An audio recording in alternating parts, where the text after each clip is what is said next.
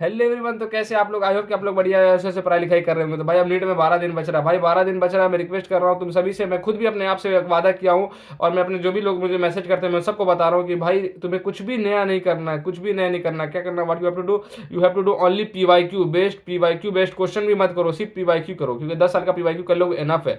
और एक और चीज, ड्रीम 45 मार्केट में चल रहा है भाई। मैं एक और चीज बता देता हूँ। ड्रीम 45 जो है ना, एक बार गो थ्रू करके जाना पेपर से पहले। ड्रीम 45 ऐसा नहीं है कि यार तुम्हारा मार्क्स बूस्ट कर देगा, लेकिन यार ऐसा है ना कि यार पेपर में कुछ दिखा, अगर मान लो 5 क्वेश्चन में अगर तुम्हें उसमें दिखा मिल गया, भाई मामला सेट हो जाएगा ना फिर तुम्हारा। आज मैं पंकज का पीवाईक्यू किया था पूरा ऑर्गेनिक का। भाई सारा क्वेश्चन है भाई, मतलब एनसीईआरटी से बाहर एक भी क्वेश्चन नहीं। मतलब चीजें हैं, चीजें कॉम्प्लेक्स हो जाती है फिर आगे चीजें जाने के बाद। लेकिन अगर तुम्हारा जैसे 1 से 25 क्वेश्चन सर करवाए थे शुरू में क्वालिटेटिव, भाई उसको रट ही जाओ, खेल ही खत्म है भाई। अगर माइलेज में 1416 है, कुछ भी लिंकेज आ रहा है, तो वो सबको अब दिमाग लगाने की जरूरत है। तुम्हें नहीं याद है ना भाई, करके जाओ, क्योंकि वो 2-3 क्वेश्चन आ जाएगा वैसा वाला। तो इस हिसाब से तुम्हें स्ट्रेटेजी बनाना है। अब 10-12 दिन बचा हुआ है ना, ड्रीम 45 को तुम्हें करके ही जाना है, एनी हाउ। मतलब कि ये नहीं कि बैठ के लेक्चर देख लें तो भाई 2 घंटा का लेक्चर ही देख रहे हैं। क्वेश्चन को भाई आधा घंटा में कर लो ना, मिनिमम 2x पे कर लो, या फिर पॉज करो, फटाफट लगाओ। टारगेट एकदम एकदम मिनिमम टाइम में मैक्सिमम आउटपुट निकालना है।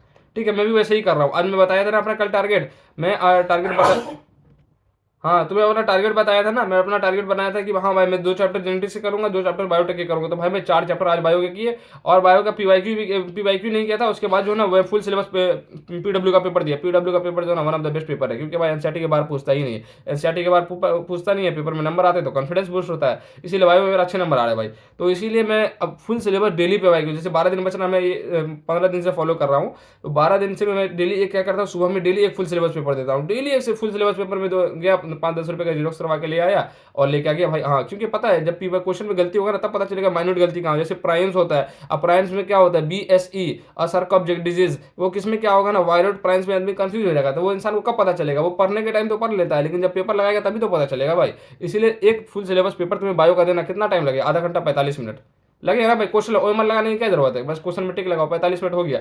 तो ये मैं बायो के लिए तो कर रहा हूँ, तो मैं कर लिया था। ठीक है, और फिजिकल में मैं नहीं कर पाया, क्योंकि मैं टारगेट बनाया था, लेकिन नहीं फिजिकल कर पाया उतना, क्योंकि मैं आज पंकज का लेक्चर देखने लग गया था और इनऑर्गेनिक किया हूँ बहुत सारा। ठीक है, तो ये मेरा अपना टारगेट था, क्योंकि मैं फिजिक्स को पूरा अवॉइड कर चुका हूँ।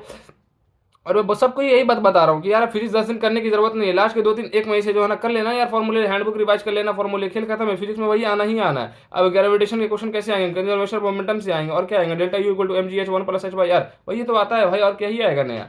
तो फॉर्मूले में फिजिक्स फॉर्मूला बेस करना, फिजिक्स मत करो बस। हाँ, एक काम करना, जो तुम्हारा टेस्ट चल रहा है ना, तो टेस्ट के सॉल्यूशन देखा करो कि भाई तुम्हारा क्वेश्चन क्यों गलती हुआ, क्योंकि 3 घंटे तुम पेपर में बिताते हो ना, तो तुम्हें लग रहा है तुम क्वेश्चन के साथ जो फेमिलियर हो जाते होगे। क्योंकि मैं फेमिलियर होता हूँ, जैसे मैं बताता हूँ अनअकैडमी में देता हूँ पेपर देने, तो पेपर देने जाता हूँ मैं 3 घंटे उसका सॉल्यूशन जरूर देखता हूँ कि अरे यार ये क्वेश्चन मेरे से मैं एग्जाम हॉल में ऐसा क्यों नहीं सोच पा रहा था, जो मैं अपने आके रूम पे सोच पा रहा हूँ। जैसे एसएचएम का क्वेश्चन है, मैं वहाँ पे टाइम पेंडुलम क्या होता है भाई यार, टाइम पेंडुलम नहीं सोच पा रहा था, लेकिन अभी यहाँ से सोच पा रहा हूँ।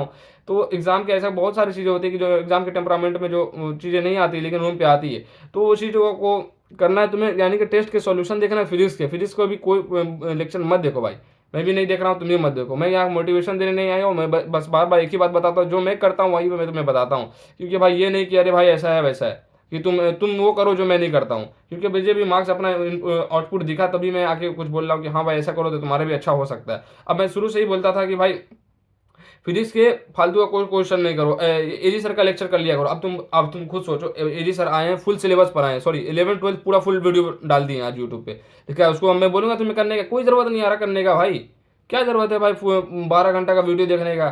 टाइम पास है बस, ये सब पूरा स्कैम है भाई। ये लोग तुम्हें लालच देंगे, आ जाओ 1 घंटे देख लो, फिर उसके बाद अगले बार मेरा कोचिंग में एडमिशन ले लेना। ये सब स्कैम है, सबके चक्कर में मत पड़ना। AIOT का पेपर देख लो ना भाई, क्या बना रहे भाई। BM सर खुद बोल रहे हैं, अगर AIOT के पेपर में जिस बच्चे का 600 प्लस मार्क्स आ रहा है ना, वो बच्चा ऑल इंडिया रैंक 1 ला देगा। BM सर का इंटरव्यू है भाई, मैं खुद बोल रहा हूँ। BM सर बोल रहे हैं कि जिस बच्चे का 600 से ऊपर आ रहा है वो बच्चा रैंक लाएगा, रैंक। यहाँ 600 से ऊपर वाले का सिलेक्शन, साढ़े 600 वाले का सिलेक्शन नहीं हो रहा भाई। तो ऐसा पेपर बना रहे। पेपर क्यों बना रहे हैं भाई वैसा? क्योंकि भाई बच्चा, इस बच्चे के लिए बना रहे, क्योंकि देखो उनको रैंक चाहिए, एलन रैंक पे ही चलता है। तो कभी भी तुम उठा के देखना, एलन रैंक पे चाहिए। एलन सिलेक्शन बल्क में देता है, लेकिन ठीक है बल्क में देता है, बल्क में कोई नहीं जानता यार, भीड़ भड़के को कोई नहीं जानता, लोग ऊपर वाले को ही जानते हैं।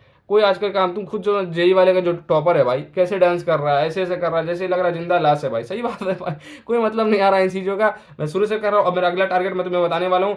अब मैं कल क्या करने वाला हूँ, मैं पूरा इनऑर्गेनिक और फिजिकल और ऑर्गेनिक का ऐसा नहीं कि मैं पीवाईक्यू नहीं किया हूँ, मैं सोच रहा हूँ कि भाई ये पूरे 10 साल का पीवाईक्यू को फिर से कर लूंगा। अब देखो, अब मैं बैठूंगा ना करने के लिए, मैं कल थर्मोडायनेमिक्स से क्वेश्चन लगा रहा था तो मुझसे नहीं हो रहा था, लेकिन अब मैं बैठूंगा तो मैं जल्दी करूंगा, सोचूंगा यार मुझे जल्दी करना, एनी हाउ करना है मुझे, एनी हाउ मेरा टारगेट है पूरे केमिस्ट्री का 10 साल का पीवाईक्यू मुझे रटा होना चाहिए, कि मुझे आंसर देखूं delta is equal to Q by two तो मुझे आना चाहिए, एक्टिवेशन एनर्जी देखो तो E upon R 1/T1 minus T upon मुझे आना चाहिए। ऐसा मैं एक्टिवेशन मतलब कि 10 साल का पीवाईक्यू केमिस्ट्री करना चाहिए, क्योंकि भाई केमिस्ट्री स्कोरिंग है, बायो स्कोरिंग है, फिजिक्स का कोई गारंटी नहीं, कभी भी धोखा दे सकता है, जान लेना। लेकिन फिजिक्स में तब भी टारगेट बना के रखा हूं, 30 क्वेश्चन तो मेरा मिनिमम सही होना ही चाहिए, 120 नंबर तो मेरा सिक्योर है, ऐसा मिनिमम सही होना चाहिए, क्योंकि यार वो उसका स्ट्रेटजी मैं अपने एक दोस्त को इंट्रोड्यूस करूंगा, वो तुम्हें बताएगा कि कैसे तुम्हें 30 क्वेश्चन कैसे कैसे सही करना है, ठीक है, क्योंकि वो बहुत बढ़िया नंबर लाता है, ठीक है। तो वीडियो को एंड करते, वीडियो लंबी हो जाएगी, तो वीडियो अगर पसंद आए तो यार चैनल को सब्सक्राइब करना और कमेंट करके नीचे बताना। Thank you, bye.